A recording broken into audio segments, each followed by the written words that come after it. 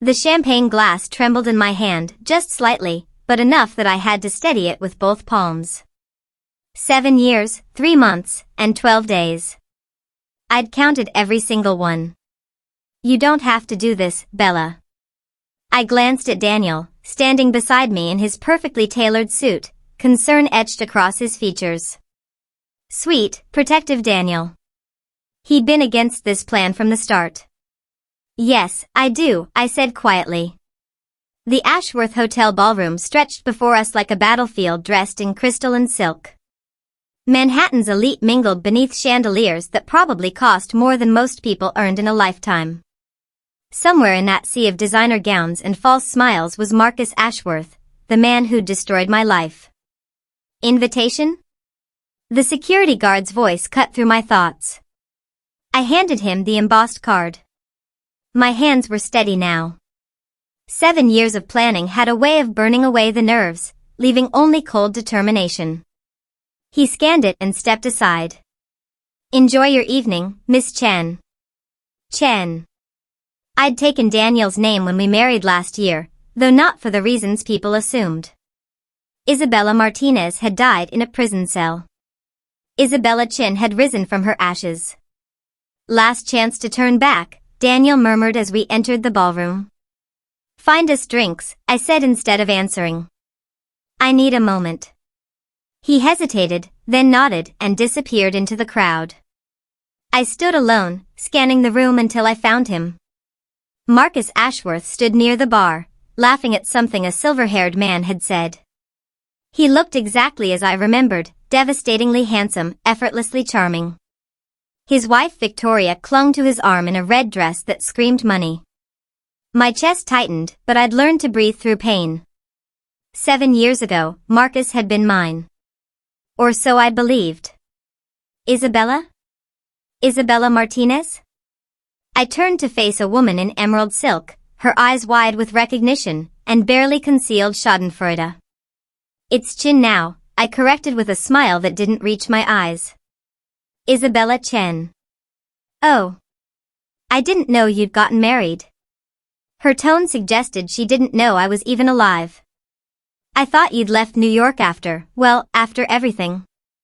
After everything. What a delicate way to describe having your entire life torn apart. I'm back, I said simply. How nice. She glanced around nervously, as if my presence might be contagious. Well, I should find my husband. Good seeing you. She fled. I didn't blame her. In her world, I was the cautionary tale, the artist who'd fallen in love with the wrong man and paid for it with everything she had. Daniel reappeared with champagne. That looked painful. That was the easy part, I said, accepting the glass. Now everyone will start whispering. The rumors will reach him before I do. And then what? Daniel asked, his voice tight. Then I get what I came for. Revenge won't fix what happened, Bella. I met his eyes. This isn't about revenge. It's about truth. Before he could respond, I felt it, that prickle on the back of my neck that meant someone was watching. I turned slowly, deliberately, making sure Marcus got the full effect. The black gown that had cost me 3 months' salary. The confidence I'd reconstructed piece by painful piece. The woman who'd survived everything he'd done to her. Our eyes met across the crowded room. His champagne glass froze halfway to his lips. Even from this distance, I could see the color drain from his face. I held his gaze for a long moment, then turned back to Daniel, forcing a laugh at nothing. He's coming over, Daniel warned. Good. Marcus's footsteps were purposeful, confident, the walk of a man who'd never faced real consequences. He appeared at my elbow, and up close, I could see the fine lines around his eyes that hadn't been there before. Isabella, he said, and my name on his lips felt like a violation. I didn't know you were in New York. I've been here for 2 years, I said coolly. You just didn't notice. I thought you'd. He stopped, recalibrated. It's good to see you. Is it? I asked. That's interesting. Daniel shifted beside me, a subtle reminder that I wasn't alone anymore. I touched his arm gently. "This is my husband, Daniel Chin," I said, watching Marcus's face carefully. Something flickered in his eyes. Surprise? Jealousy? I couldn't tell anymore. "Ashworth," Daniel said, shaking his hand with minimal enthusiasm. "I need to speak with you," Marcus said to me, ignoring Daniel completely. "Alone." "I don't think," Daniel started. "It's fine," I interrupted. "I can handle this." Daniel's jaw tightened, but he nodded. "I'll be right over there." Marcus led me through the French doors onto the terrace. The Manhattan skyline glittered before us, and for a moment, I was 23 again, standing on a different terrace, believing in fairy tales. "Why are you here?" Marcus asked, his voice rough. "It's a charity gala," I said lightly. "I'm supporting the arts." "Ironic, considering what your family did to my career." "Isabella, Don't." I cut him off. "Don't say my name like we're old friends." "I never meant for it to go that far," he said. I laughed, a bitter, ugly sound. "Which part? The part where you framed me for theft? The part where you let me go to prison? Or the part where you destroyed my entire life?" "I didn't frame you," he said, but his eyes shifted away. "No?" I pulled out my phone and showed him a photograph. "Then explain this." The image showed Marcus and Victoria in what was clearly a storage unit. Between them sat display cases, and even in the grainy photo, the stolen jewelry was visible. His face went white. "Where did you get that?" "You'd be surprised what a good private investigator can find," I said, "when you have 7 years and enough money to pay them." "Listen to me." "No, you listen," I said, my voice sharp. "I spent 18 months in prison for a crime I didn't commit. 18 months of my life, gone. My career, destroyed. My reputation, shattered. All because you and your precious Victoria needed someone to blame for your theft." "It wasn't supposed to happen like that," he said desperately. "My mother was going to cut me off. I had gambling debts, millions, Isabella. Victoria came up with the plan. We'd stage a theft, claim insurance, sell the pieces privately. But we needed someone to take the fall, and you were. Convenient," I finished. "I was convenient." He flinched. "I never wanted you to go to prison. The evidence was supposed to be circumstantial, just enough to create reasonable doubt about the real theft. But then they found the pieces in your apartment, and everything spiraled." "Stop," I said. "Just stop.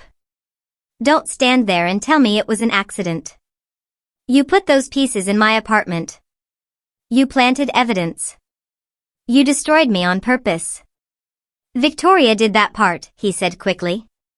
"She had a key to your place, remember? From when she helped you move in. I didn't know she was going to plant actual evidence." I thought. "You thought what?" I demanded. "That you could ruin my life just a little bit? That there was an acceptable amount of destruction?" "I thought they'd question you and let you go," he said. "I thought there'd be suspicion but no charges.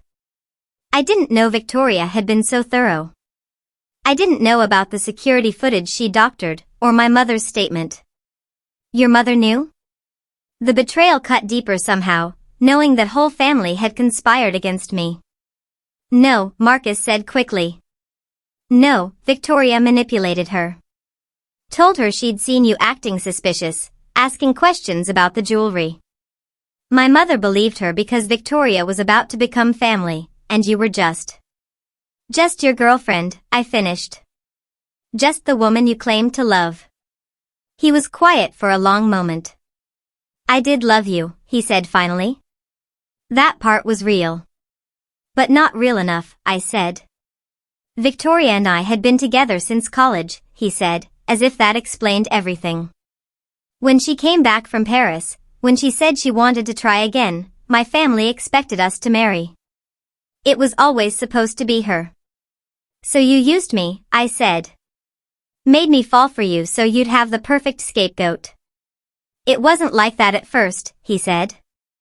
At first, I really did care about you. But then the debts got worse, and Victoria came back, and everything got complicated. Complicated, I repeated. That's what you call destroying someone's life? Complicated? I'm sorry, he said, and the words were so pathetic they almost made me laugh. I know it doesn't mean anything now, but I am sorry. You're right, I said. It doesn't mean anything. I pulled out a small digital recorder from my clutch and stopped it. His eyes widened in horror. That conversation we just had? I said. That's going to the district attorney first thing Monday morning. Along with the photographs, the financial records showing your debts and subsequent payoffs, and statements from 3 people who helped Victoria fence the jewelry. You can't do this, he said, his voice rising. Do you have any idea what this will do to my family? To my children? The word hit me like a physical blow. Children? 2, he said. A boy and a girl. They're 5 and 3. Something cracked open in my chest. He had children. He'd moved on, built a life, had a family, all while I'd been clawing my way back from nothing. Then I hope they're nothing like you, I said quietly. I hope they learn that actions have consequences. Maybe you going to prison will teach them that. Isabella, please, he grabbed my arm. Mrs. Chen, a voice said from the doorway. We both turned to see Daniel standing there, his expression hard. Is everything all right? It's fine, I said. We're done here. But Marcus didn't let go. You can't do this. I have a family now. I have children who need me. I needed you, I said, jerking my arm away. 7 years ago, I needed you to tell the truth. I needed you to stand up and admit what you'd done. But you chose yourself then, and you're choosing yourself now.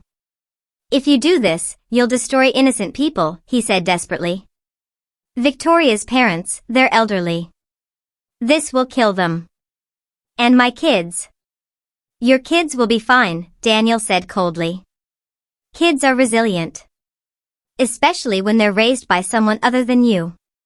Marcus's face crumpled. I'll give you anything. Money, a public apology, I'll make sure the art world knows you were innocent. I'm going to make sure the world knows I was innocent, I said. But not because of your generosity. Because of the truth. The truth will ruin me, he whispered. Good, I said. Because 7 years ago, you ruined me. I turned to walk away, but his next words stopped me cold. I have proof it was all Victoria. I turned back slowly. What? Victoria planned everything, he said quickly, seeing his opening. I have emails, recordings, everything. I kept them as insurance, in case she ever tried to turn on me. I can give them to you.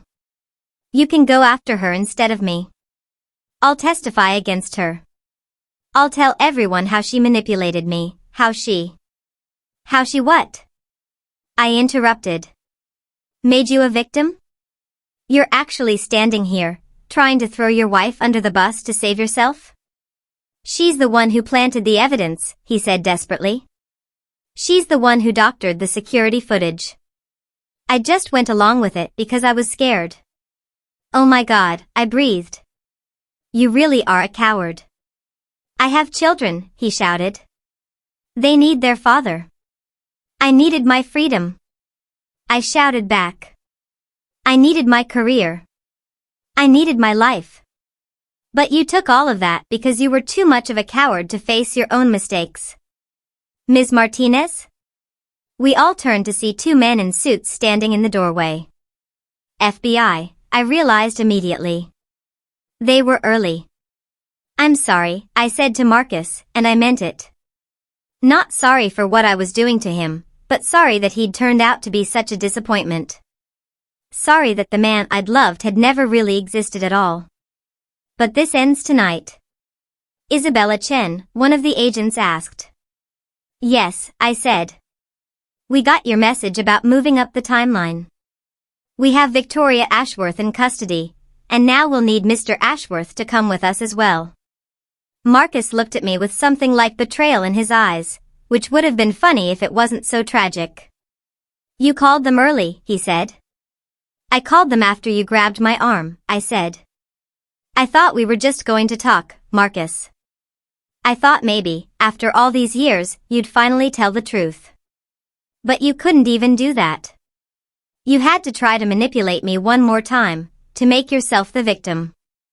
I am a victim, he said as the agents approached. Victoria manipulated me too. Save it for your lawyer, one of the agents said, pulling out handcuffs. As they led him away, Marcus looked back at me one last time.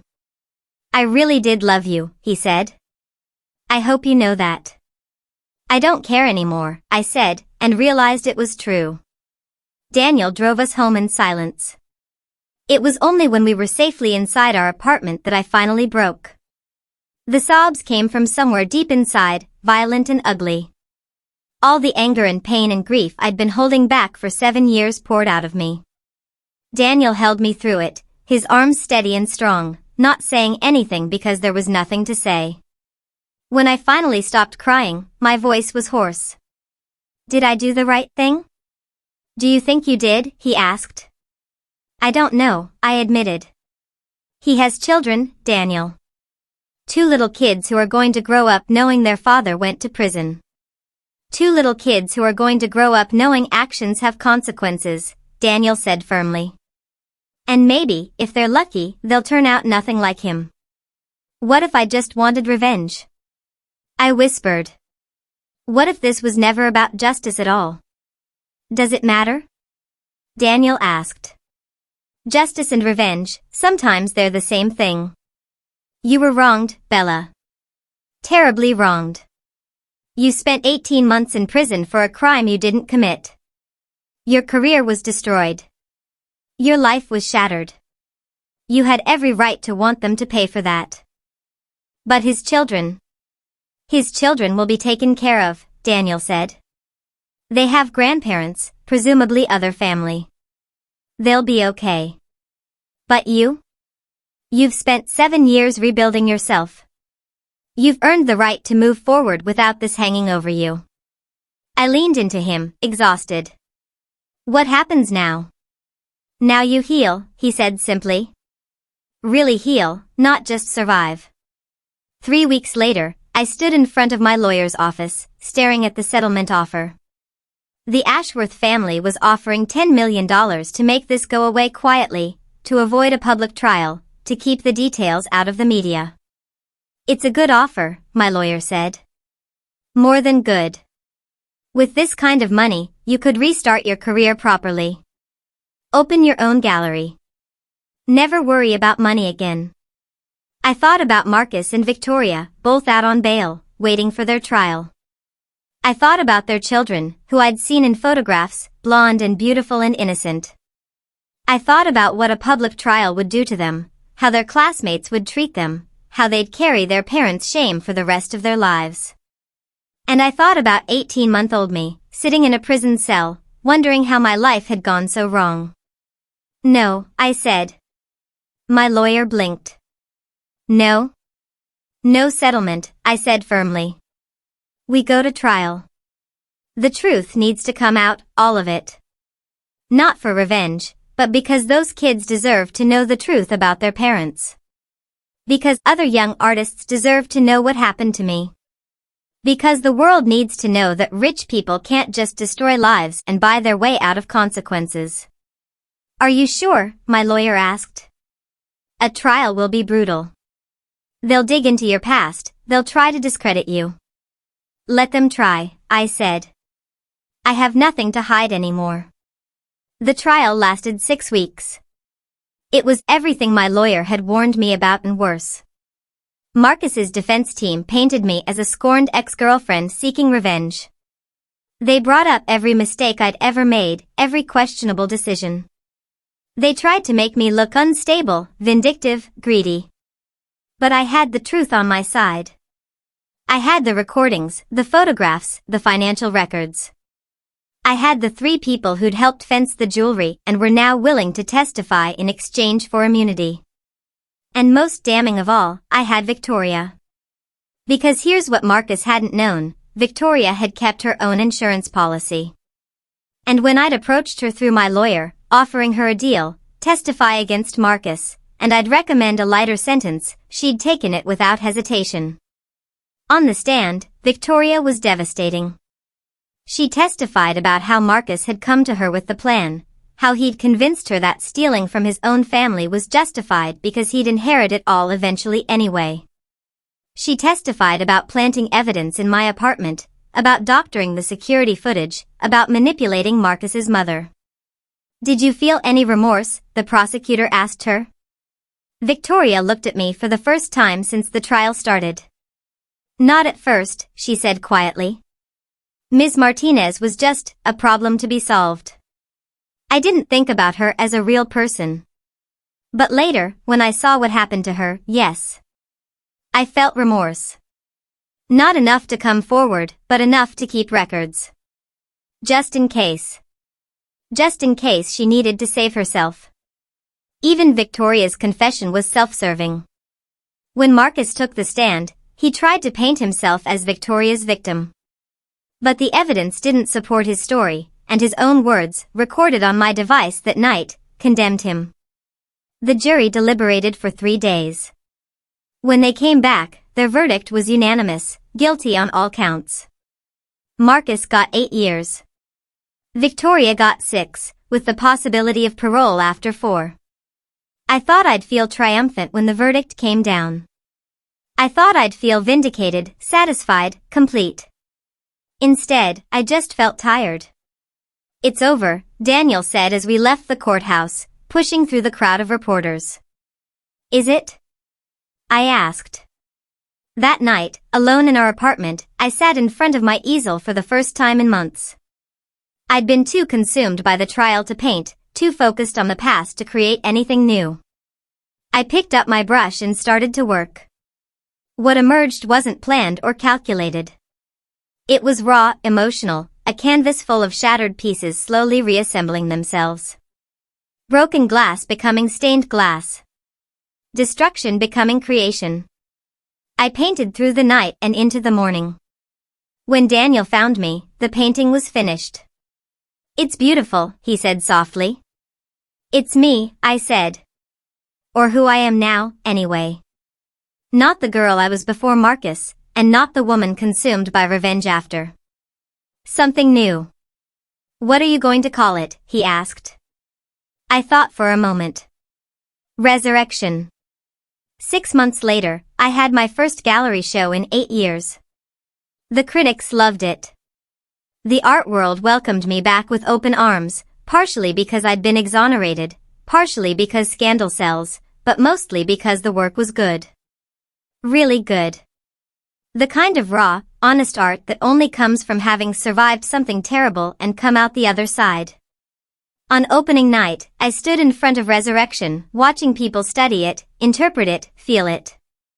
A teenage girl stood there for a long time, tears streaming down her face. "Are you okay?" I asked her gently. She looked at me, startled, then recognized me. "You're the artist." "I am."